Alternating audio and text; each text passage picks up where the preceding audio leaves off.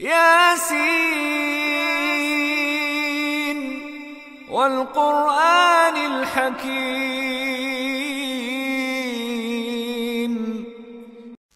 تو ایک قاعدے کے طور پر بتائیے کہ جنت کو واجب کرنے والی شے کیا ہے اور جہنم کو واجب کرنے والی شے کیا ہے؟ یہ عقیدہ توحید اصل اصول ہے۔ سارے اعمال کی قبولیت توحید پر مرتب ہوتی ہے۔ علماء کے ساتھ رابطہ، ان کے ساتھ تعلق، ان کی مصاحبت یہ ضروری ہے ہماری دنیا اور آخرت کی سعادت کے لیے۔ کیا محبت بھرا انداز، میرے بندے جاؤ اپنے وزن کو خود دیکھو۔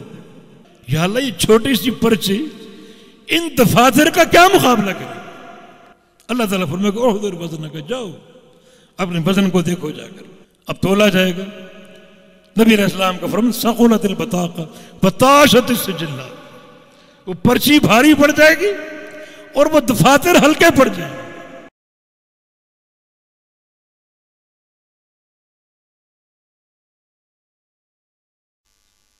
ان الحمد للہ نحمده ونستعینه ونستغفره ونعوذ باللہ من شرور انفسنا ومن سیئات اعمالنا من يهده الله فلا مضل له ومن يضلله فلا هادي له واشهد ان لا اله الا الله وحده لا شريك له واشهد ان محمدا عبده ورسوله يا ايها الذين امنوا اتقوا الله حق تقاته ولا تموتن إلا وأنتم مسلمون يا أيها الناس اتقوا ربكم الذي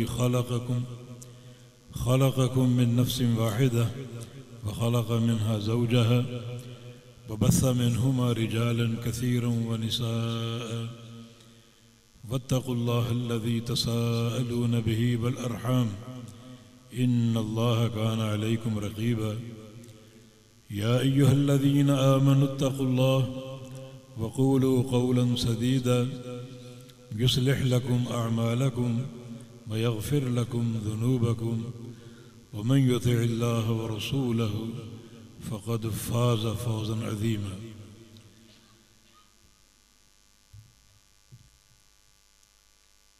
اللهم صل على محمد وعلى آل محمد كما صليت على إبراهيم وعلى آل إبراهيم إنك حميد مجيد۔ اللهم بارك على محمد وعلى آل محمد كما باركت على إبراهيم وعلى آل إبراهيم إنك حميد مجيد۔ سبحانك لا علم لنا إلا ما علمتنا إنك أنت العليم الحكيم۔ رب اشرح لي صدري ويسر لي أمري واحلل عقدة من لساني يفقه قولي۔ أعوذ بالله من الشيطان الرجيم من همزه ونفخه ونفثه بسم الله الرحمن الرحيم۔ ففروا إلى الله إني لكم منه نذير مبين۔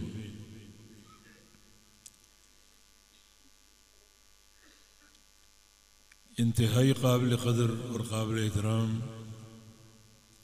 حضرت الاستاذ شیخ الحدیث مولانا حافظ مسعود عالم حافظہ اللہ تعالی، اور اسٹیج پر موجود دیگر علماء کرام اور معزز سامعین حضرات، السلام علیکم ورحمۃ اللہ وبرکاتہ۔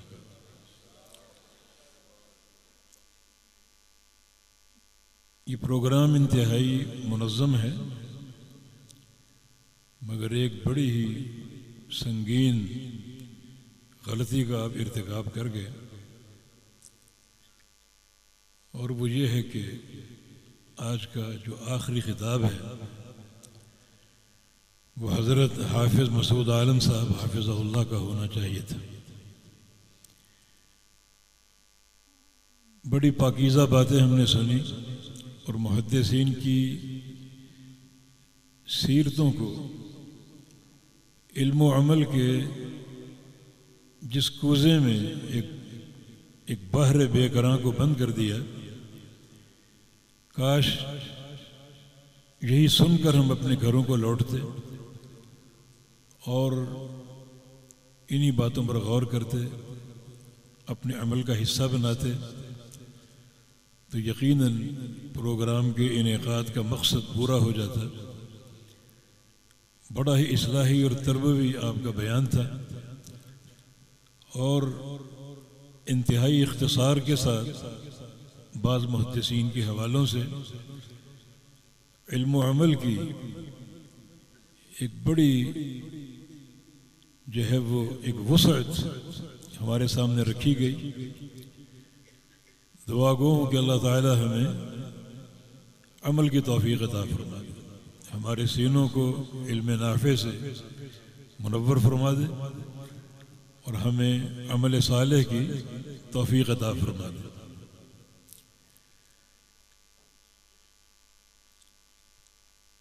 توحید کا عنوان آج کے لیے طے ہوا ہے، جو کہ پورے دین اسلام کا محور، جس کے بغیر کوئی عمل قابل قبول نہیں، اور انسان ہمیشہ ہمیشہ کے لیے جہنم میں داخل ہو جاتا ہے، اور اس کی نجات کی کوئی صورت ممکن نہیں۔ اس لیے توحید، اس کا فہم اور اسے اپنانا اور اس پر قائم رہنا، اور جو آپ کی کانفرنس کا موضوع ہے پیغام مصطفیٰ، تو اپنے آپ کو یہ سمجھانا کہ اصل جو پیغام مصطفیٰ ہے وہ اللہ تعالیٰ کی توحید کا ہے، جس کے ہم داعی بنیں اور کوشش کریں کہ اس ملک کے چپے چپے پر اللہ تعالیٰ کی توحید کو قائم کریں۔ جو ملک لا الہ الا اللہ کی بنیاد پر حاصل ہوا اور اب تک اپنے مقصد قیام سے یہ کوسوں دور ہے، تو اس کے ایک ایک چپے پر اللہ کی توحید کو قائم کرنا انتہائی ضروری ہے، اور یہ قائم آپ ہی کر سکتے ہیں، کیونکہ اللہ تعالیٰ نے آپ ہی کو دولت توحید سے نوازا ہے۔ باقی کوئی گروہ، کوئی فرقہ نہ اس کا اہل ہے اور نہ ان کی کوششیں قابل قدر ہوں گی۔ اللہ رب العزت اقامت توحید کے لیے انبیاء جیسی ہستیوں کو مبعوث فرماتا ہے، تو یہ کام یا تو نبی کا ہے یا اس کا جس کا عمل نبی جیسا ہو، جو اللہ کے پیارے پیغمبر کا متبع ہو اور اس مشن کو سمجھنے والا ہو اور اس مشن کی آبیاری کرنے والا ہو۔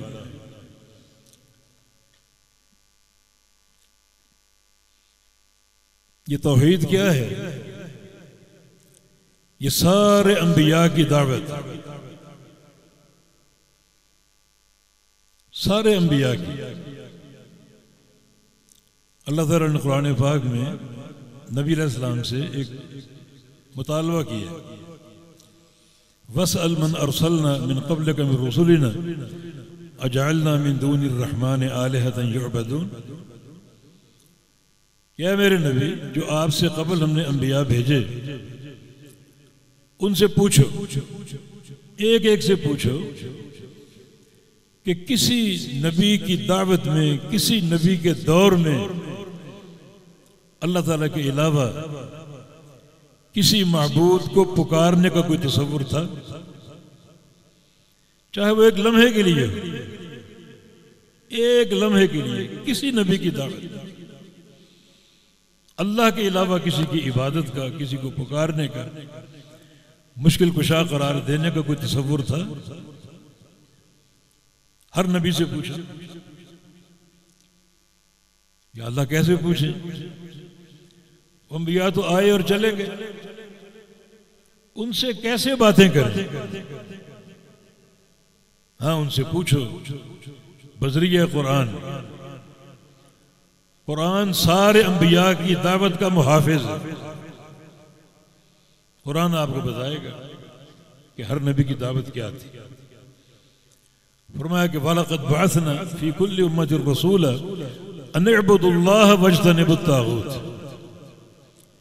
ہم نے ہر قوم میں رسول بھیجا اس دعوت کے ساتھ کہ ایک اللہ کی عبادت کرو اور ہر طاغوت کا انکار کرو۔ ہر نبی کی دعوت ایک اللہ تعالیٰ کی عبادت کی دعوت اور ہر طاغوت کا انکار، ہر طاغوت سے بچنا، اس کے خلاف محاذ آرائی اور اس کی نفرت اپنے دل میں پالنا، یہ ہر نبی کی دعوت ہے۔ وَمَا أَرْسَلْنَا مِن قَبْلِكَ مِن رَّسُولٍ إِلَّا نُوحِي إِلَيْهِ أَنَّهُ لَا إِلَهَ إِلَّا أَنَا فَاعْبُدُونِ۔ ہم نے آپ سے قبل جتنے رسول بھیجے اس وحی کے ساتھ بھیجے کہ کوئی معبود نہیں سوائے میرے، بس میری عبادت کرو۔ یہ سارے انبیاء کی دعوت کا خلاصہ ہے۔ تو ہر نبی سے پوچھو، مانا ہر نبی کی جو اولی اور آخری دعوت ہے وہ توحید کی۔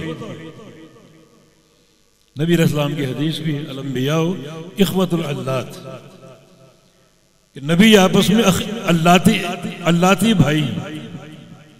سارے انبیاء آپس میں اللاتی بھائی ہیں جن کا اصل ایک ہے اور وہ توحید ہے۔ بھائی تین طرح کے ہوتے ہیں نا، حقیقی، اللاتی اور اخیافی۔ حقیقی بھائی وہ جن کے ماں باپ ایک ہو، اللاتی بھائی وہ جن کا باپ ایک ہو مائیں مختلف ہوں، جیسے کسی شخص کی کئی شادیاں ہوں تو وہ اولاد آپس میں اللاتی بھائی ہیں۔ اور اخیافی بھائی جن کی ماں ایک اور باپ مختلف ہو، جیسے ایک عورت ہو، اس کا نکاح ہوا ہو، شوہر نے طلاق دے دی، دوسرے سے نکاح کر لیا ہو، اس سے بھی اولاد، اس سے بھی اولاد، تو آپس میں اخیافی بھائی۔ تو انبیاء اللاتی بھائی ہیں جن کا اصل ایک ہے، یعنی باپ ایک ہے۔ وہ اصل کیا ہے؟ عقیدہ توحید۔ تمہارا جو بندہ توحید میں خلل پیدا کرے گا، کسی قسم کے اضطراب کا شکار ہوگا، وہ ہر نبی کی دعوت کا منکر ہے، وہ سارے انبیاء کی دعوت کا منکر ہے اگر توحید میں خلل آ گیا۔ یہ عقیدہ توحید اصل اصول ہے۔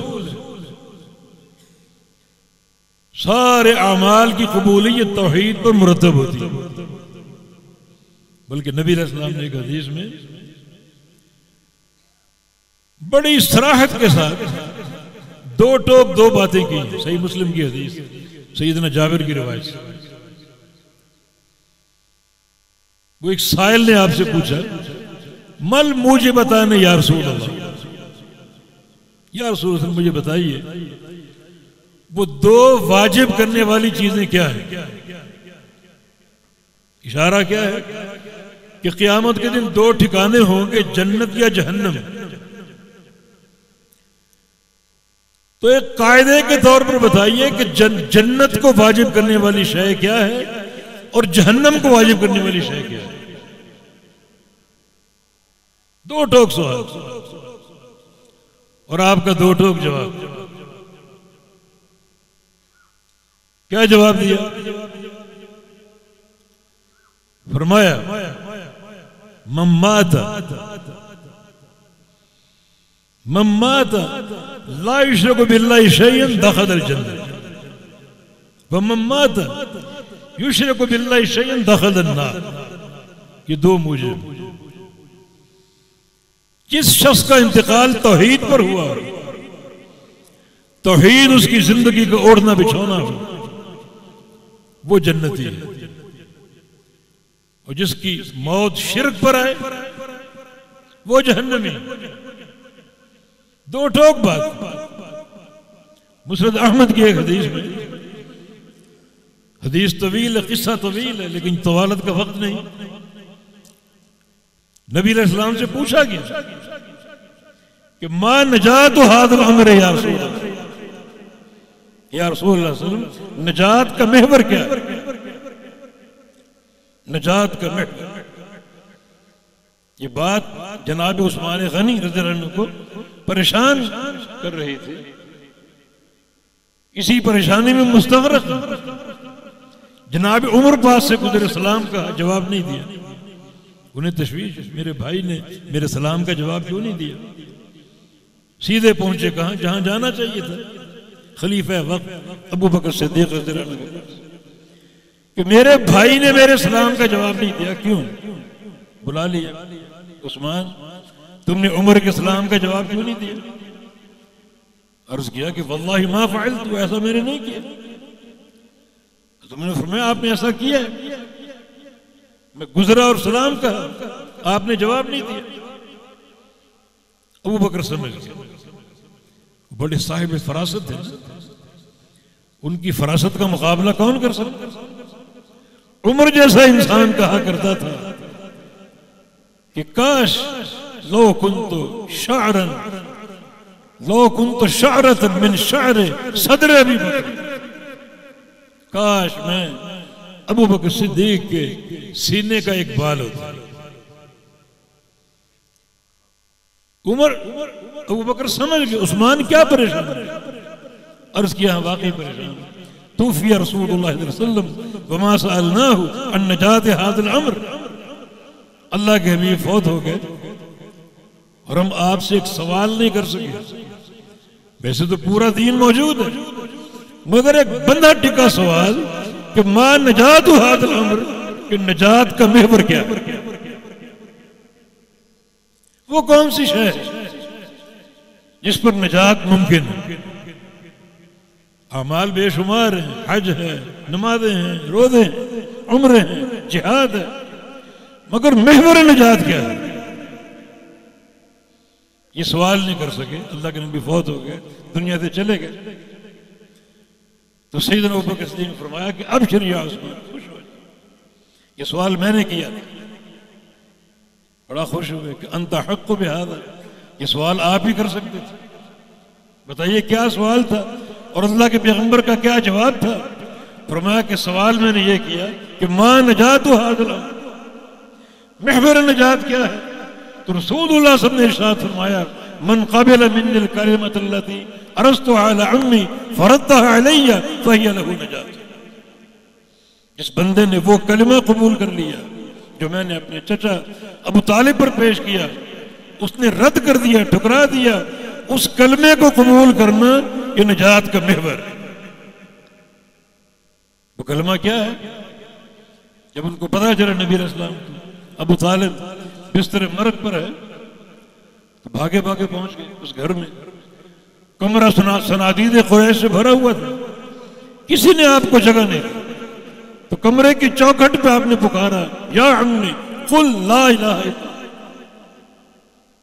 کلمہ پڑھ دو، نہیں پڑھا، دائیں بائیں دیکھ رہا ہے، اور یہ گندے دوست، صحبت اچھی اختیار کیا کرو، مگر یہ گندے دوست ابو طالب کو روک رہے ہیں، ترغب عن ملت عبد المطلب، کہ مرتے مرتے اپنے دادا کے دین کو چھوڑ دو گے، کلمہ نہیں پڑھا، حتیٰ کہ اللہ کے پیارے پیغمبر جگہ بناتے بناتے چارپائی تک پہنچ گئے، قل لا الہ الا اللہ فی اذنی، میرے کان میں کلمہ پڑھ دو، احاج لک بہ عند ربی یوم القیامہ، میں قیامت کے روز اس کان میں خاموشی سے پڑے ہوئے کلمے کو حجت بنا کر آپ کو بخشوانے کی کوشش کروں، نہیں پڑھا۔ فرمایا کہ یہ کلمہ محور نجات ہے، وہ کلمہ کیا ہے؟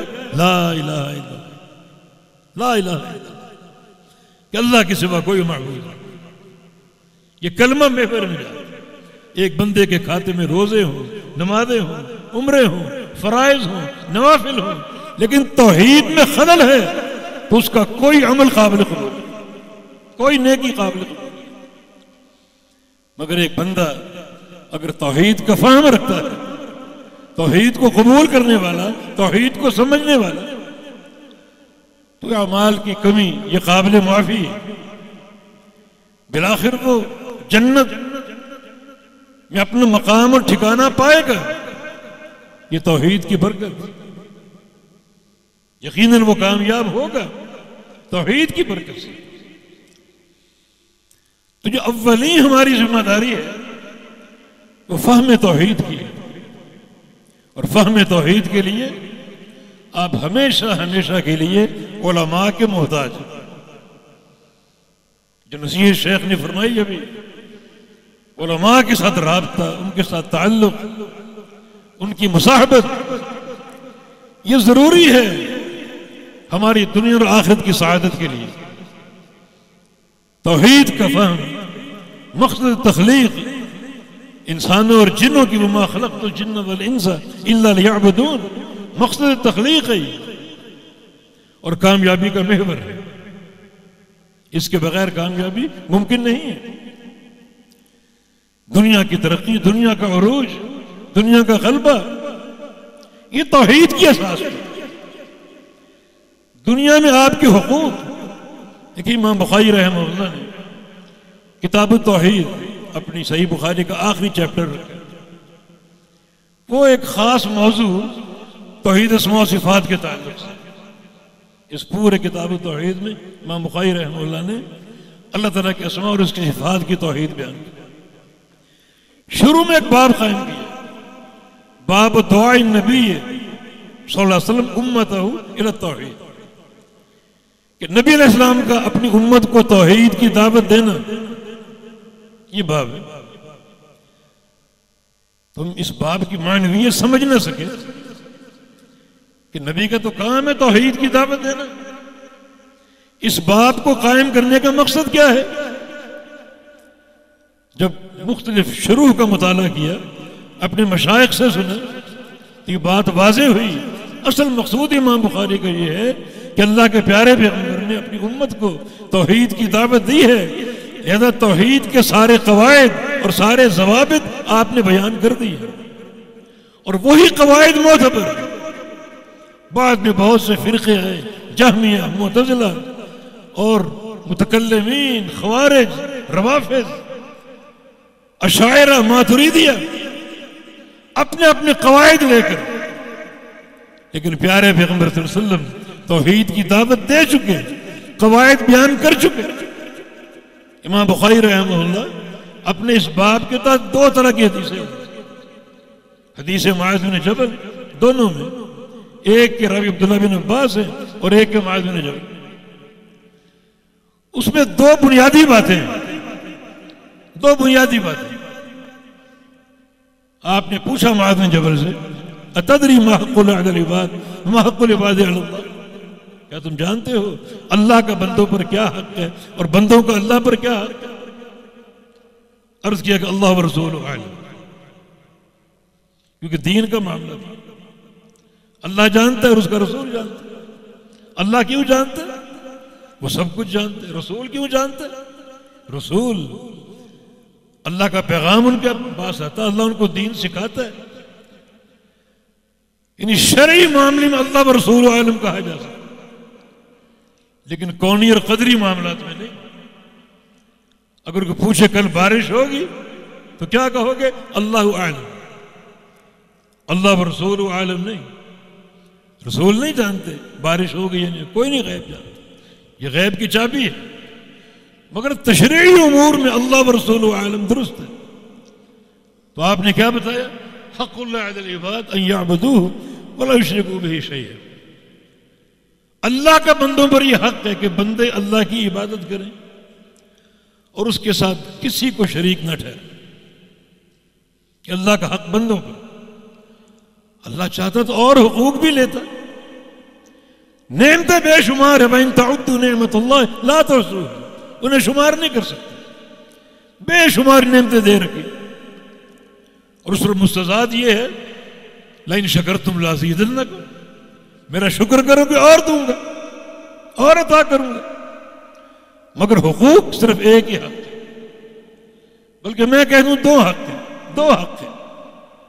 امام بخاری رحمہ اللہ نے اس حدیث کو اسی قاعدے کے لیے دیکھ اللہ کا بندوں پر حق ان یعبدوہ کہ بندے اللہ کی عبادت کریں، بات کافی تھی، اگلے جملے کی کیا ضرورت ہے؟ وَلَا يُشْرِكُوا بِهِ شَيْئًا، جب ایک اللہ کی عبادت کرو گے تو شرک خود بخود ختم ہوگی، لیکن شرک نہ کریں، اللہ کی عبادت کریں، شرک نہ کریں۔ قاعدہ یہ ہے کہ شرک کا سارا باب ان دو ارکان پر قائم ہے، رکن نفی، رکن اثبات۔ ان یعبدوہ اثبات، وَلَا يُشْرِكُوا بِهِ شَيْئًا یہ نفی، ایک اللہ کی عبادت کریں اور اس کی عبادت میں کسی کو شریک نہ ٹھہرائیں، کسی کو شیئا، یہ تنکیر، یعنی سوئی کے ناکے کے برابر بھی شرک نہ کریں۔ اب پورا یہ توحید کا باب ہے، ربوبیت ہو، الوہیت ہو، اسماء و صفات ہو، نفی اور اثبات کے ساتھ۔ تو توحید کے فہم کے لیے ضروری ہے یہ دونوں باتیں آپ کے اندر موجود ہیں، نفی اور اثبات۔ ایک بندہ اگر صرف اقرار کرے کہ اللہ معبود حق ہے تو اس کا اقرار کافی ہوگا،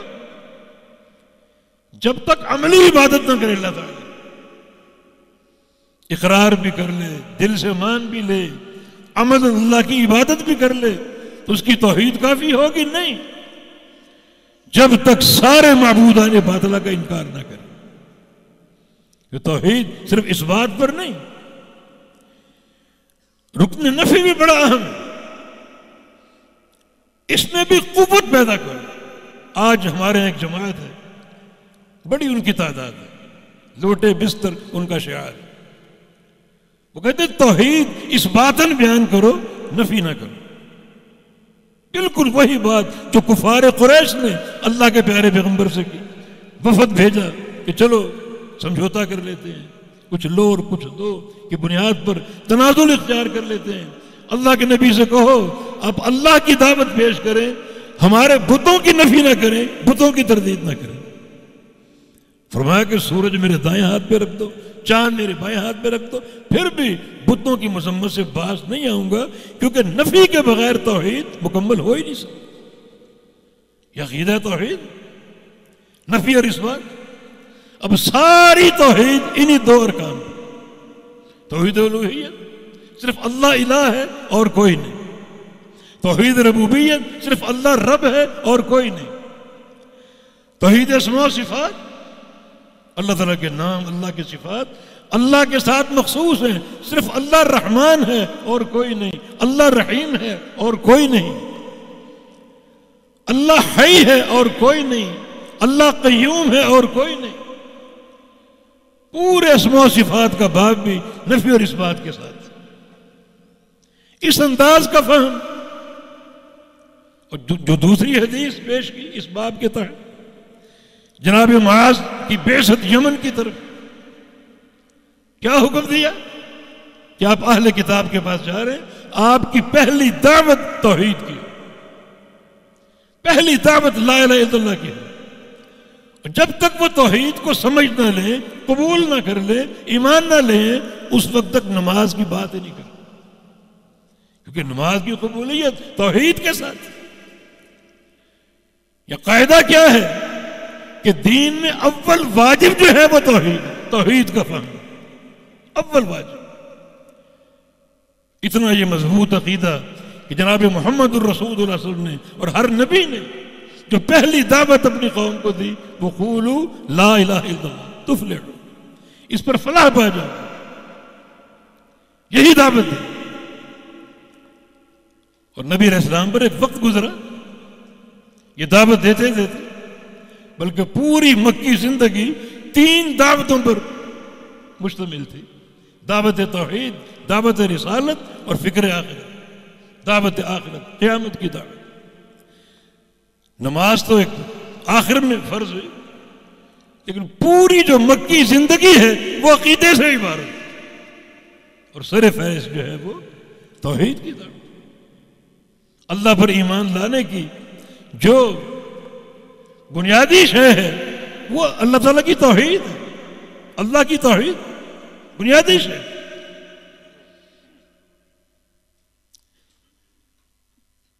جو بھی آپ باب اٹھائیں ہر طرف آپ کو توحید کی اہمیت اور اس کی مرکزیت واضح ہوگی،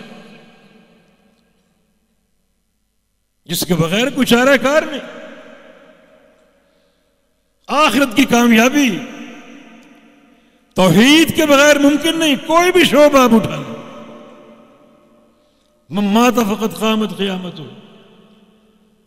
جو بندہ مر جائے تو اس کی قیامت قائم ہو جاتی۔ بھائی جو قبر کا پہلا سوال مر ربو کا، تیرا رب کون؟ یہ کوئی امتحانی پیپر نہیں، آپ رٹا ہوا جواب دے دیں کہ ربی اللہ۔ اس سوال کے پیچھے اور اس کا جواب دینے کے لیے آپ کی پوری زندگی کی تاریخ ہے کہ پوری زندگی آپ نے رب کس کو مانا، مشکل کشا کس کو مانا، حاجت روا کس کو مانا، عبادت کس کی شفا کس سے طلب کی، اولاد کس سے طلب کی، پوری زندگی اس سوال کے پیچھے۔ کوئی امتحانی پرچہ تھوڑی کہ آپ نے مکھی پہ مکھی مار دی، رٹا ہوا جواب دے دیا۔ یہ جواب دینے کی توفیق اسی کو ملے گی جس نے پوری زندگی ایک اللہ کو اپنا رب مانا۔ اور جو رب ہوتا ہے وہ معبود ہوتا ہے، وہی رب ہے، وہی معبود ہے، وہی عبادت کے لائق ہے۔ جو بندہ اللہ تعالیٰ کو رب تو مانتا ہے مگر مختلف شرکاء بھی ہیں، وہ اس کا جواب دے ہی نہیں پائے۔ جو حدیث میں آتا ہے وہ کہے گا ہاں لا ادری، یہ ہاں کلمہ تعجب ہے، تعجب کا اظہار کر رہے ہیں کہ اس کا جواب میں کیوں نہیں دے پا۔ سوال تو آسان ہے، جواب بھی آسان، مگر اس کا جواب مجھے کیوں نہیں سجھائی دے، تعجب کا اظہار کرے ہاں لا ادری۔ یہ سوال تو بڑا آسان نہیں، یہ قبر کا جو سوال ہے اس کا جواب جو ہے، اس جواب کے پیچھے آپ کی پوری سیرت اور آپ کی پوری تاریخ ہے۔ پوری زندگی کیا کرتے رہے، کس کو رب مانا، کس کو مشکل کشا مانا، کس کو حاجت روا مانا، کس کی عبادت کی، کس کو پکارا، کس سے حاجات طلب کی، کس سے دعائیں کی، پوری زندگی اس کے پیچھے۔ اور اللہ اسی کو توفیق دے گا جس کی پوری زندگی توحید سے عبارت ہو اور توحید کی عکاسی کرنے والی۔ اور یہ بڑا اہم مرحلہ ہے، یہاں کی کامیابی ہمیشہ کی کامیابی۔ من نجا منہ فما بعدہ ایسر ومن لم ینجو فما بعدہ اشد۔ جو قبر میں کامیاب ہو گیا تو بعد کی زندگی آسان ہی آسان ہوگی، اگلے مرحلے آسان ہی آسان ہوں گے۔ اور جو قبر میں پھنس گیا، جواب نہ دے سکا، تو بعد کے سارے مرحلے جو وقت گزرے گا مشکل سے مشکل ہوتے جائیں۔ اخروی کامیابی یعنی توحید پر قائم، عقیدہ توحید پر قائم کہ تیرا رب کون تھا، کس کو رب مانا، کس کو معبود مانا۔ تو خالی یہ سوال نہیں ہے، اس سوال کا جواب وہی دے سکے گا جس کی پوری زندگی توحید سے عبارت ہے، پوری زندگی۔ آگے قیامت ہے، قیامت کے مختلف مراحل ہیں، ہر مرحلے کی کامیابی عقیدہ توحید کے ساتھ، سارے اولین و آخرین جمع ہوں گے۔ اللہ تعالیٰ کی طرف سے ایک ندا آئے گی، یہ پہلا صلہ، پہلی جزا جو مرتب ہو رہی ہے میدان محشر میں۔ این المتحابون بجلالی، یہ این المتحابون بھی، وہ لوگ کہاں ہیں جو دنیا میں میرے لیے محبت کرتے تھے، جن کا میل جول، جن کی محبت، جن کا تعلق میرے لیے تھا، میری رضا کے لیے تھا، وہ کہاں ہیں؟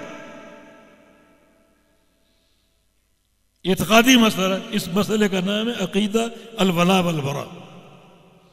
میرے لیے دوستیاں کی، میرے لیے دشمنیاں کی، وہ لوگ کہاں ہیں؟ جن کی دوستی اور عداوت کا مرکز میں تھا، میری ساتھ تھی، وہ کہاں ہیں؟ ان کے لیے کیا ہے؟ دو اعزاز ہے، لہم منابر من نور یغبطہم النبیون والصدیقون والشہداء۔ اللہ ہمیں ان میں شامل فرما دے۔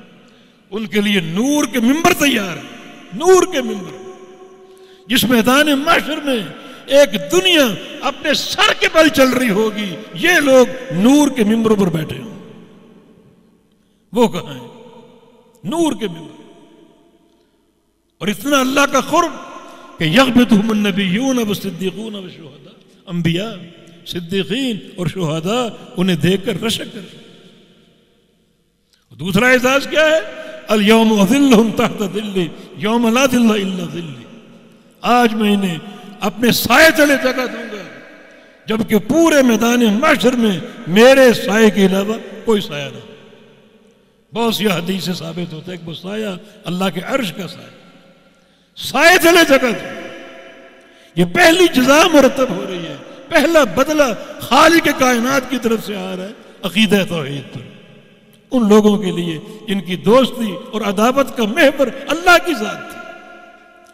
اہم ترین یہ اعتقادی مسئلہ جس کا توحید سے گہرا تعلق ہے، الولاء والبراء. اسلام قبول کرنے کے بعد جو پہلی آپ کی ذمہ داری ہے وہ یہی ہے، اپنے تعلقات کو چیک کرو، اپنے تعلقات کو پرکھو، دوستیاں کیسی ہیں، دشمنیاں کیسی ہیں. اب جو کچھ بھی ہوگا اللہ کے لیے ہوگا اور اللہ کے دین کے لیے ہوگا. تعلقات کو پرکھو. یہ پہلی جزا مرتب ہو رہی ہے میدان محشر میں. اللہ تعالیٰ قیامت کے دن محشر کے میدان میں لوگوں کا امتحان لے گا.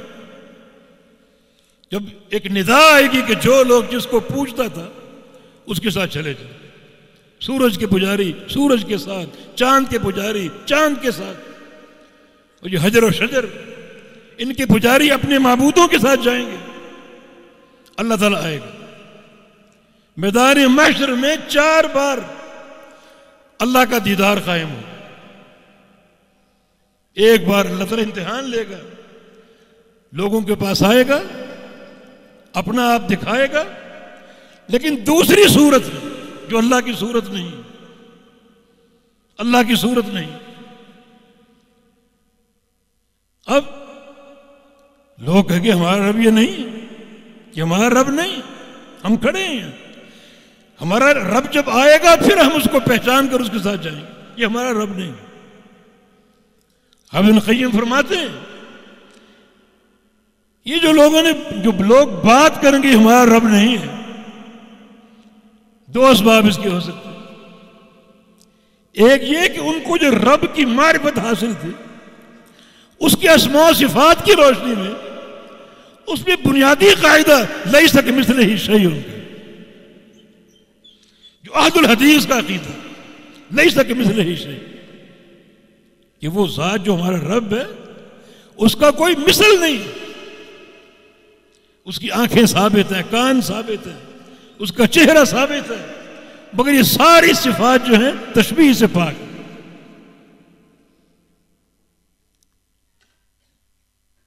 پھر اللہ تعالیٰ اپنی صورت میں آئے گا، اب وہ پہچانے گی ہمارا رب.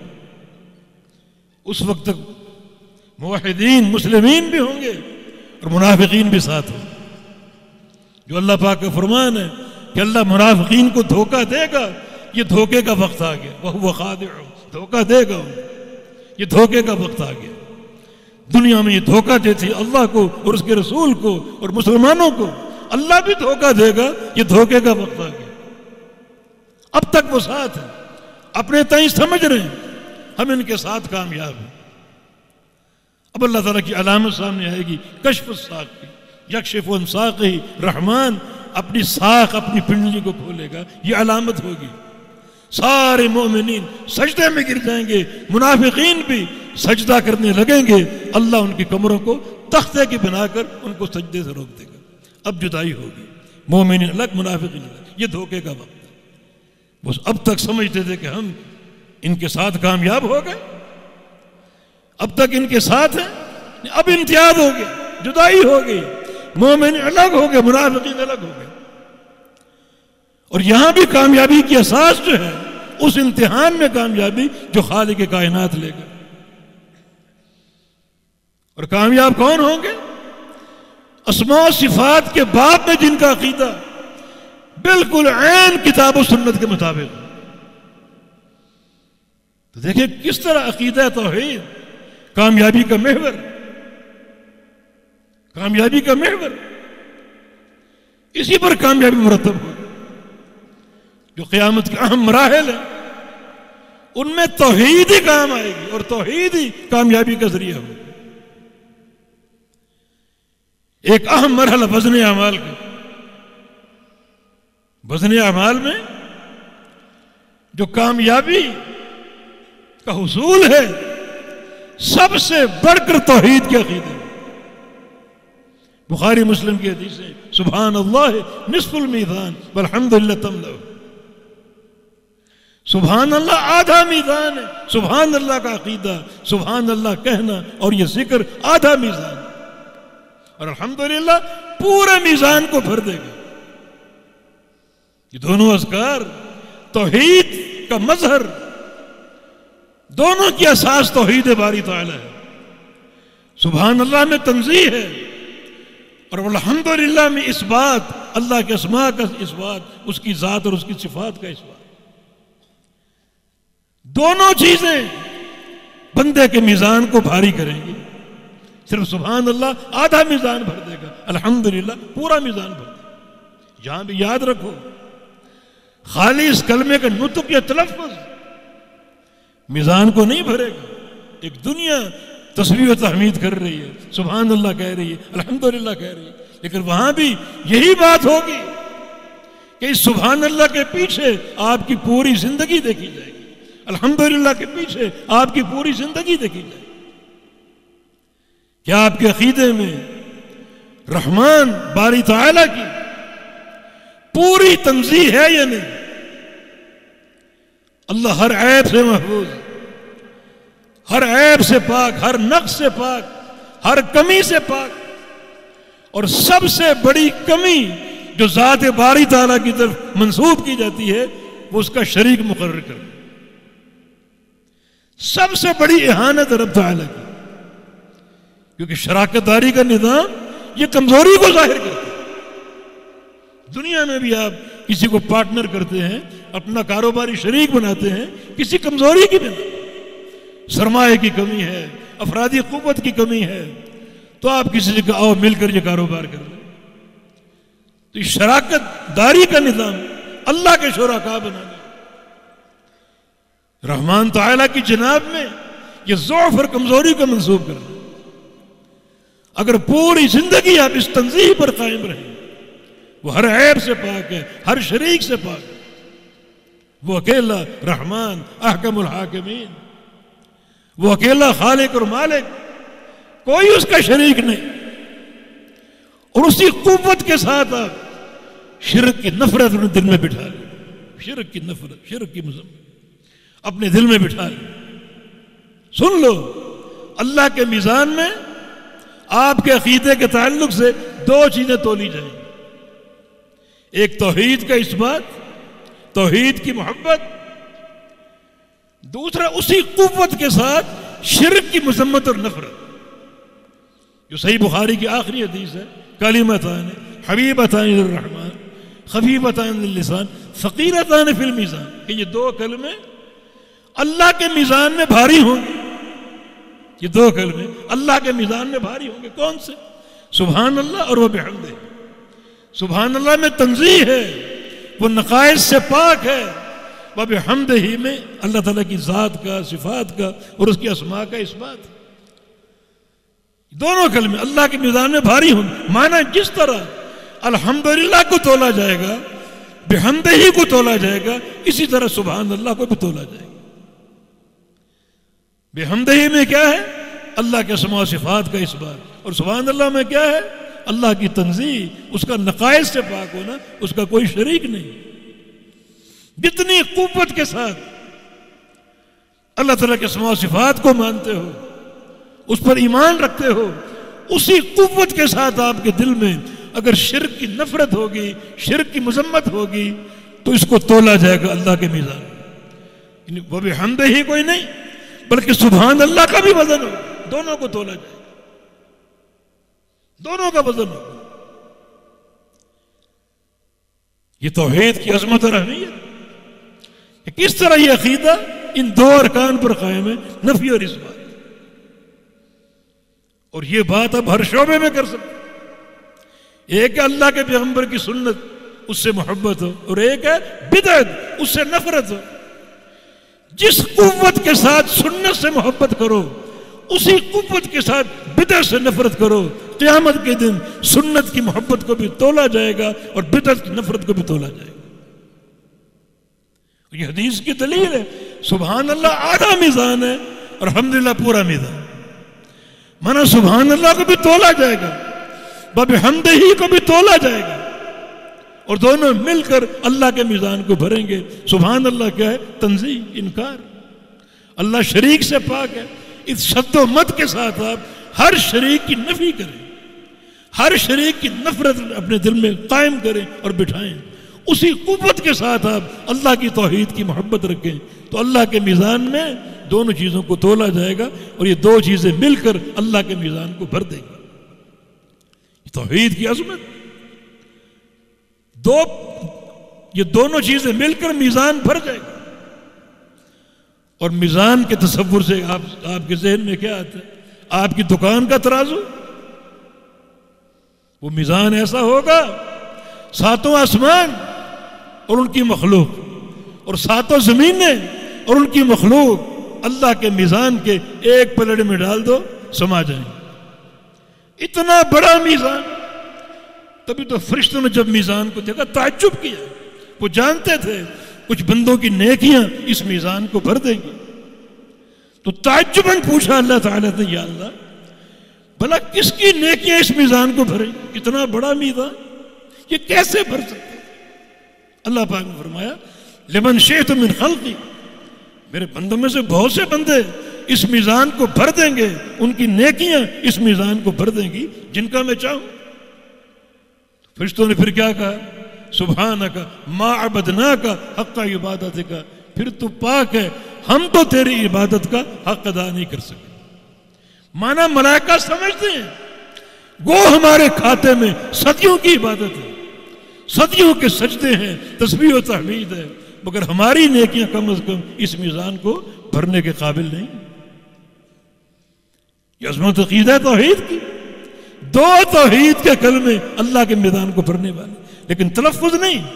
ان دو کلمات کے پیچھے آپ کی پوری زندگی، آپ کی عملی توحید، آپ کا فہم توحید، آپ کا جازم عقیدہ، اور اسی قوت کے ساتھ آپ کے دل میں شرک کی نفرت ہے۔ نبی علیہ السلام کی ایک حدیث ہے، بخن بخن لخمس ما اثقلہن فی المیزان، 5 چیزیں، کیا کہنا ان کا، وہ اللہ کے میزان میں بڑی بھاری ہوں گی۔ 5 چیزیں وہ کیا ہیں؟ وہ کہ سبحان اللہ والحمدللہ ولا الہ الا اللہ واللہ اکبر، یہ 4 اذکار، سبحان اللہ والحمدللہ ولا الہ الا اللہ واللہ اکبر۔ اور 5ویں چیز، کسی کا بیٹا بچپن میں فوت ہو جائے اور وہ صبر کر لے، اللہ اس کے صبر کو تولے گا اور اللہ کے میزان میں وہ صبر بڑا بھاری ہوگا۔ یہاں بھی توحید کی عظمت ہے۔ یہ 4 کلمات توحید کے کلمات، بڑی ان کی عظمت ہے، دنیا اور آخرت میں ان کا مقام۔ لا نقول سبحان اللہ والحمدللہ ولا الہ الا اللہ واللہ اکبر احب الی مما طلعت علیہ الشمس، ایک بار میں یہ 4 کلمات کہہ دوں، مجھے محبوب ہیں ہر اس چیز سے جس چیز پر سورج کی دھوپ جاتی، مانا پوری دنیا سے محبوب۔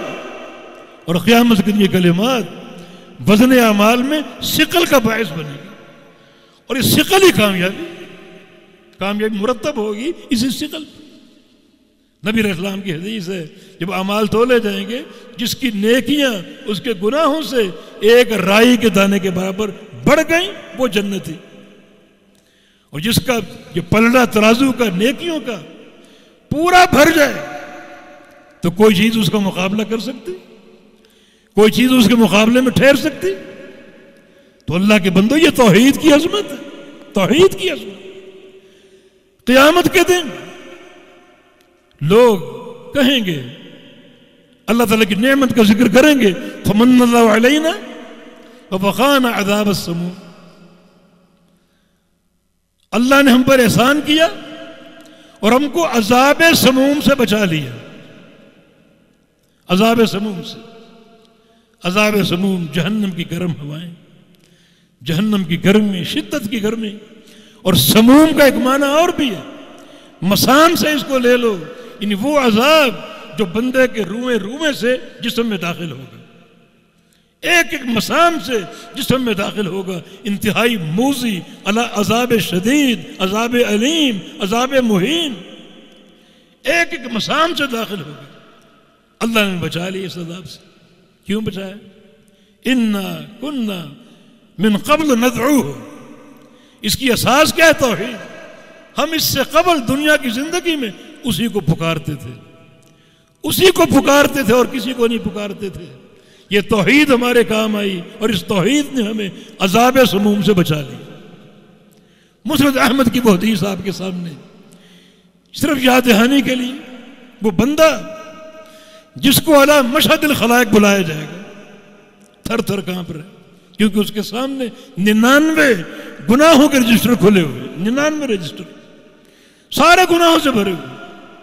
اور حدیث میں آتا ہے کہ ہر رجسٹر کی لمبائی، اس کی چوڑائی اور اس کا حجم تا حد نگاہ ہوگا. جہاں تک قیامت کی نظر کام کرے گی وہاں تک وہ رجسٹر پہنچا ہوگا، سارے گناہوں سے بھرے ہوئے. اب وہ بندہ ڈر رہا ہے، کانپ رہا ہے، فرشتے سارا منظر دیکھ رہے ہیں. نیکی کوئی بھی نہیں. جب نیکی کوئی نہیں ہے تو ان کا وزن کس چیز سے ہو؟ ترازو میں وزن نیکی اور گناہ کا ہوتا ہے، نیکی تو ہے ہی نہیں. تو چونکہ قیامت کا حساب بڑا تیز ہے، انتہائی جلدی، فرشتے اس کا رخ جہنم کی طرف پھیر دیں گے. چلو جہنم کی طرف، کوئی نیکی نہیں تمہارے پاس، تمہارے ترازو میں تولنے کے لیے کوئی نیکی نہیں، جہنم کی طرف چلو. اللہ پاک کیا فرمائے گا؟ اللہ پاک کیا فرمائے گا؟ فرشتوں، لا تعجلوا علی عبدی، لا تعجلوا علی عبدی، میرے بندے پر جلدی نہ کرو، میرے بندے پر جلدی نہ کرو. لا تعجلوا علی عبدی، میرے بندے پر جلدی نہ کرو. بلا ان لہ عندی حسنہ، اس کی ایک نیکی میرے پاس ہے، جلدی نہ کرو، واپس لے کر آؤ اس کو، اس کی ایک نیکی میرے پاس ہے. فرشتے لے آئیں گے تو اللہ رب العزت اپنے عرش سے ایک پرچی نکالے گا، یہ اس کی نیکی. اب چونکہ نیکی بن گئی، اب وزن کا جواز پیدا ہو چکے، گناہ بھی ہے، نیکی ابھی تو لو. نبی علیہ السلام کا فرمان، بلکہ اللہ تعالیٰ بندے سے کہے گا عبدی احضر وزنک، کیا محبت بھرا انداز، میرے بندے جاؤ اپنے وزن کو خود دیکھو.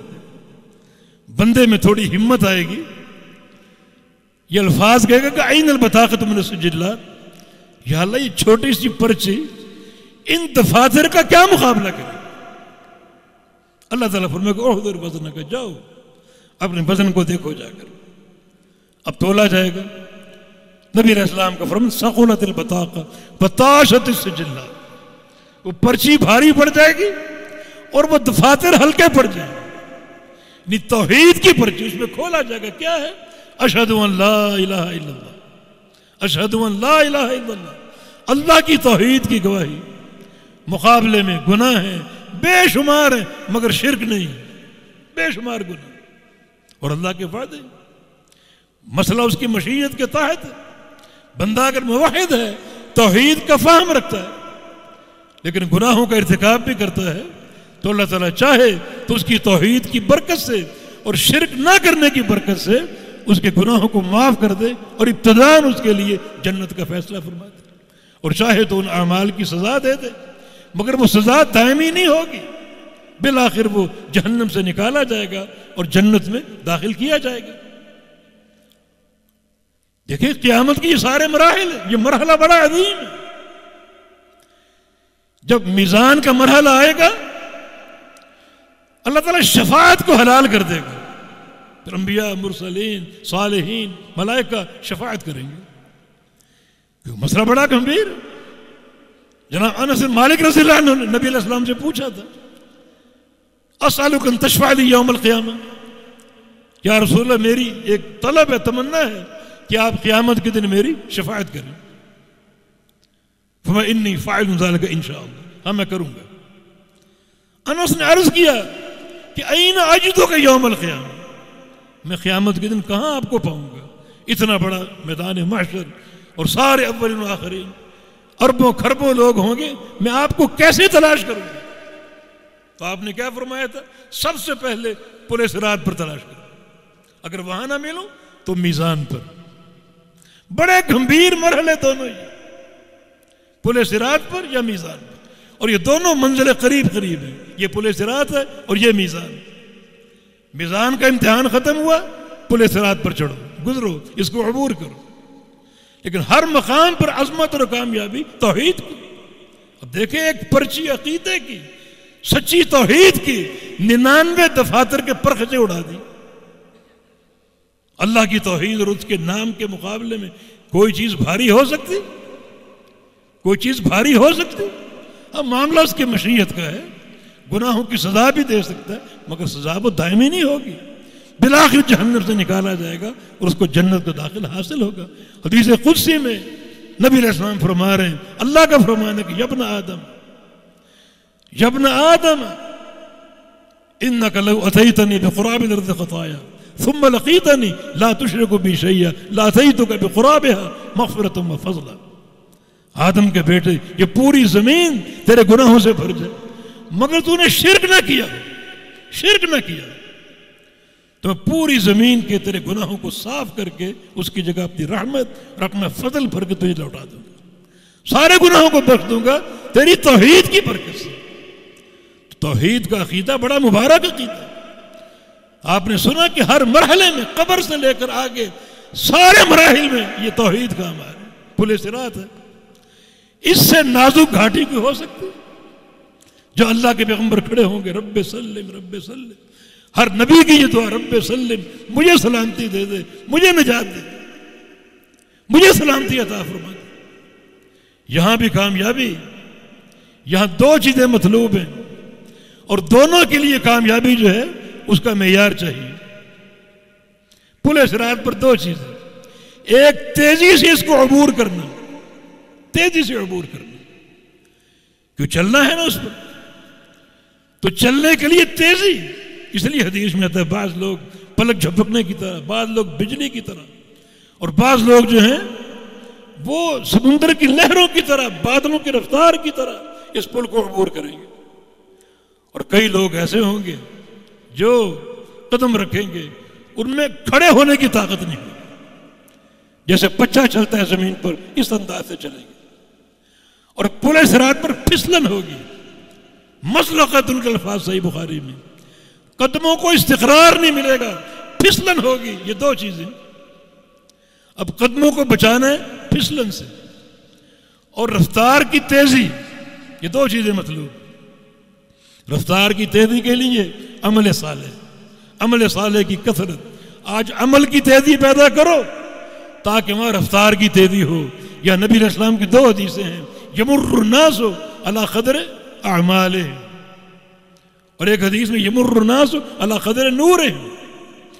پل صراط پر تیزی جو ہے وہ ان کے نور کے بقدر ہوگی، جتنا نور ہوگا اتنا ان کو تیزی ملے گی۔ اور وہ نور کیسے ہوگا؟ وہ اعمال کا نور، یمر الناس علی قدر اعمالہم، وہ اعمال کا نور ہوگا۔ اور کچھ لوگوں کے عمل اتنے کم کہ نبی علیہ السلام کا فرمان ہے کہ ان کے لیے نور جو ہے وہ ان کے پاؤں کے انگوٹھے پر ایک نقطے کی مانند ہوگا۔ اس نور سے کیا رستہ نظر آئے گا؟ کیسے اس کو عبور کر پائیں گے؟ بار بار گرنے کی کوشش ہوگی، پھسلیں گے۔ نبی علیہ السلام نے فرمایا ایسے منظر بھی ہوں گے پل صراط پر، ایک بندہ پھسل گیا اور اپنے ہاتھ کے سہارے سے پل صراط کو پکڑ کے کھڑا ہوا، لٹکا ہوا۔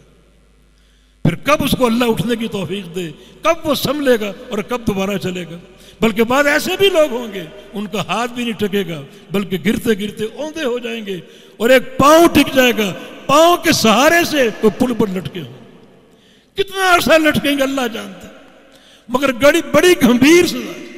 یہاں تیزی کے لیے آج عمل کی تیزی کی ضرورت ہے۔ صحیح مسلم کی حدیث کے الفاظ ہے، من ابطأ بعمل لم یسرع به نسب۔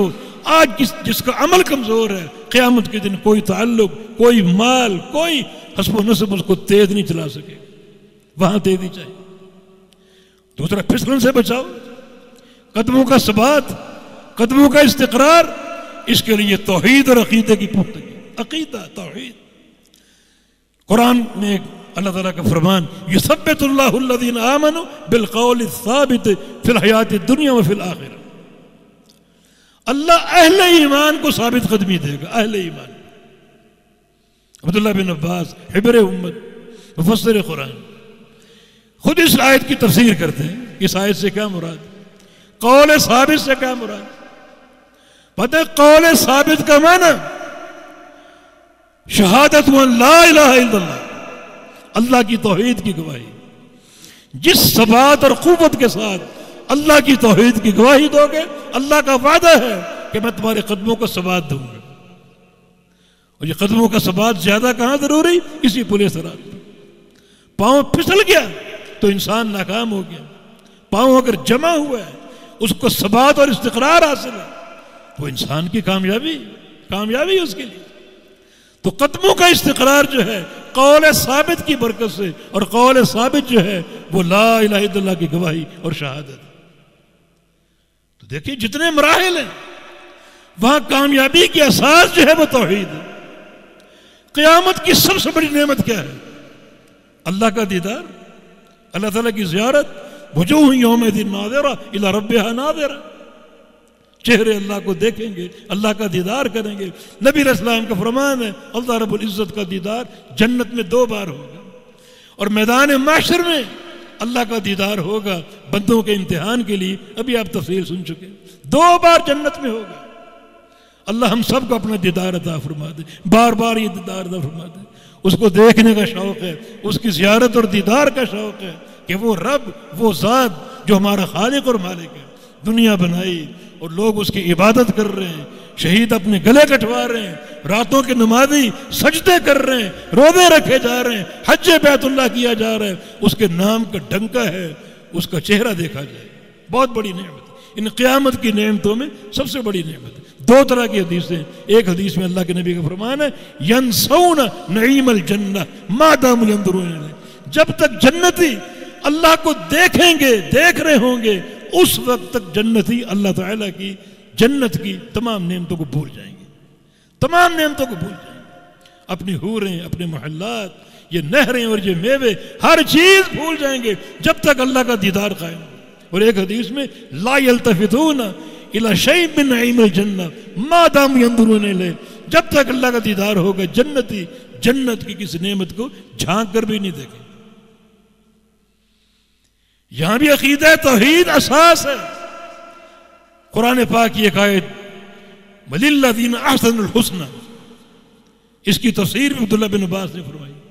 لِلَّذِينَ أَحْسَنُوا اے قالوا لا الہ الا اللہ، الحسنى اے الجنہ، وزیادہ اے الرؤیۃ علی وجہ رب تبارک و تعالی. کہ جو لوگ لا الہ الا اللہ پڑھیں، توحید کا اقرار کریں، ان کے لیے جنت اور کچھ اور بھی. وہ اور کیا ہے؟ وہ اللہ کا دیدار. تو اللہ کا دیدار، اس کی زیارت، اس کی اساس عقیدہ توحید، اساس اس کی عقیدہ توحید. جتنے مراحل ہیں آپ دیکھتے جائیں، ہر مرحلے میں کامیابی توحید پر قائم ہے. تو آئیے توحید کے فہم کی طرف، لا الہ الا اللہ کے فہم کی طرف. جو ہم نے بات جہاں سے شروع کی نفیاً و اثباتاً، توحید کے ارکان کو پورا کر کے، اور ہم نے عرض کیا کہ توحید کے فہم کے لیے آپ ہمیشہ علماء کے محتاج ہیں، ہمیشہ علماء کے محتاج ہیں. یہ وہ طبقہ ہے، وہ جماعت ہے جس کو اللہ تعالیٰ نے عامۃ الناس آپ کے لیے پیدا کیا ہے تاکہ ان سے آپ سیکھیں، علم حاصل کریں، توحید کو سمجھیں، توحید کا ادراک کریں اور توحید کی معرفت لیں. علماء، ان سے دوری دین کے لیے خطرناک ہے، بلکہ ان کی عداوت انتہائی خطرناک ہے، بلکہ ان کی غیبت اس سے بھی بڑھ کر خطرناک. حدیث قدسی میں رسول اللہ صلی اللہ علیہ وسلم کا فرمان ہے، اللہ فرماتا ہے من عادى لي وليا فقد آذنته بالحرب. جو بندہ میرے کسی دوست، میرے کسی ولی سے عداوت قائم کرے گا، اس سے میرا اعلان جنگ ہے، میرا اعلان جنگ. امام شافعی رحمہ اللہ کا قول ہے ان لم يكن الفقيه وليا فليس لله ولي. اگر اس زمین کی پشت پر ایک عالم دین اللہ کا ولی نہیں ہے تو پھر کوئی اللہ کا ولی نہیں. ایک عالم دین اس حقیقی دوستی اور ولایت کا مستحق ہے، تو ان سے رابطہ ہو، ان سے تعلق ہو۔ سفیان ثوری کا قول ہے لو کان الفقیہ علی راس جبل لکان هو الجماعہ، اگر ایک عالم دین پہاڑ کی چوٹی پر بیٹھا ہو، وہ ہمالیہ پہاڑ کیوں نہ، وہ آپ کا مرجع ہے، روزانہ اس کے پاس جاؤ، پہاڑ پہ چڑھو، اس سے ملاقات کرو، اس سے دین سیکھو، عقیدہ سیکھو، اس سے علم لو۔ چڑھنا بھی تکلیف دے، اترنا بھی تکلیف دے، لیکن دین کے حصول کے لیے ضرور ایسا کام کرو۔ ابن قیم فرماتے ہیں جس شہر میں عالم دین نہ ہو اس شہر کے لوگوں پر ہجرت کرنا فرض ہو جاتا ہے۔ یہ ضرورت ہے ہماری علماء سے صحبت، ان کا تعلق، ان سے دین لینا، دین کا فہم۔ قرآن کریم کی آیت ہم نے پڑھی فَفِرُّوا إِلَى اللَّهِ، فَفِرُّوا إِلَى اللَّهِ، بھاگو اللہ کی طرف، دوڑو اللہ کی طرف، دوڑو۔ ایک محدث گزرے ہیں سہل بن عبداللہ تستری رحمہ اللہ، بہت بڑے عالم بھی تھے، زاہد بھی تھے، اور بڑے ہی عبادت گزار تھے۔ وہ اس کی تفسیر کرتے ہیں فَفِرُّوا إِلَى اللَّهِ، دوڑو اللہ کی طرف، معنی فِرُّوا مِمَّا سِوَى اللَّهِ إِلَى اللَّهِ، ہر غیر اللہ کو چھوڑ دو، ہر غیر اللہ، جتنے یہ بت اور یہ الہ لوگوں نے بنا رکھے ہیں، سارے معبودان باطلہ، سب کو چھوڑ دو، عبادت کے اعتبار سے، اطاعت کے اعتبار سے سب کو چھوڑ دو اور بھاگو کس کی طرف؟ الی اللہ، اللہ کی طرف۔ یہ تمہارے لیے بچاؤ کی اساس ہے۔ وَلَا تَجْعَلُوا مَعَ اللَّهِ إِلَٰهًا آخر، آگے فرمایا کیسے بھاگو، کیا لے کر بھاگو؟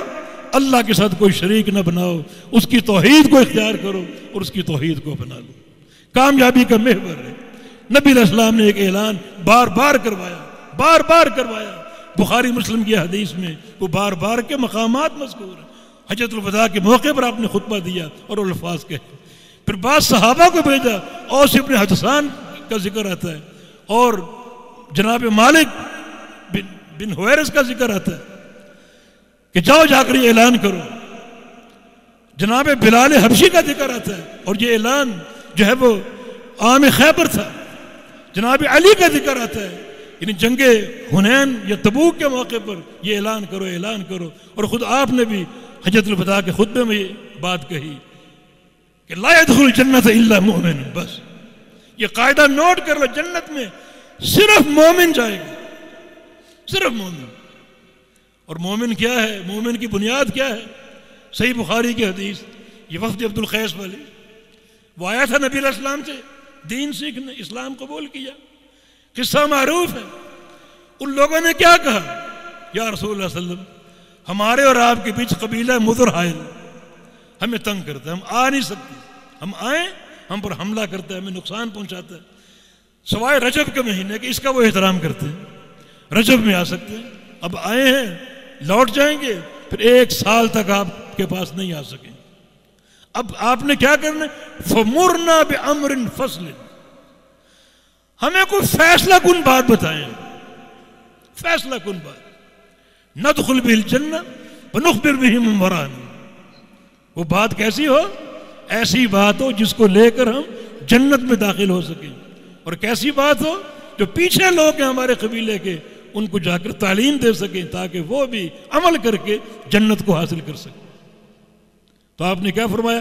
آمرکم بالایمان باللہ وحدہ، میں تمہیں ایمان باللہ کا حکم دیتا ہوں، ایمان باللہ، اللہ پر ایمان لاؤ۔ آگے کیا ہے؟ اتدرون مل ایمان باللہ، کیا تم جانتے ہو ایمان باللہ کیا ہے؟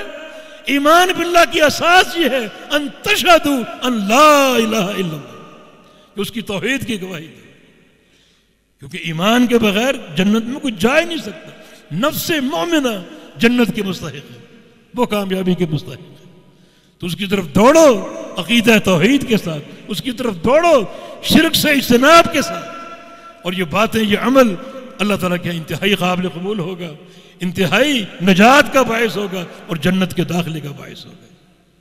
علامہ صاحب تشریف لے آئے، مزید طوالت کی حاجت نہیں ہے، اللہ تعالیٰ، مجھے بھی یہی کہا گیا تھا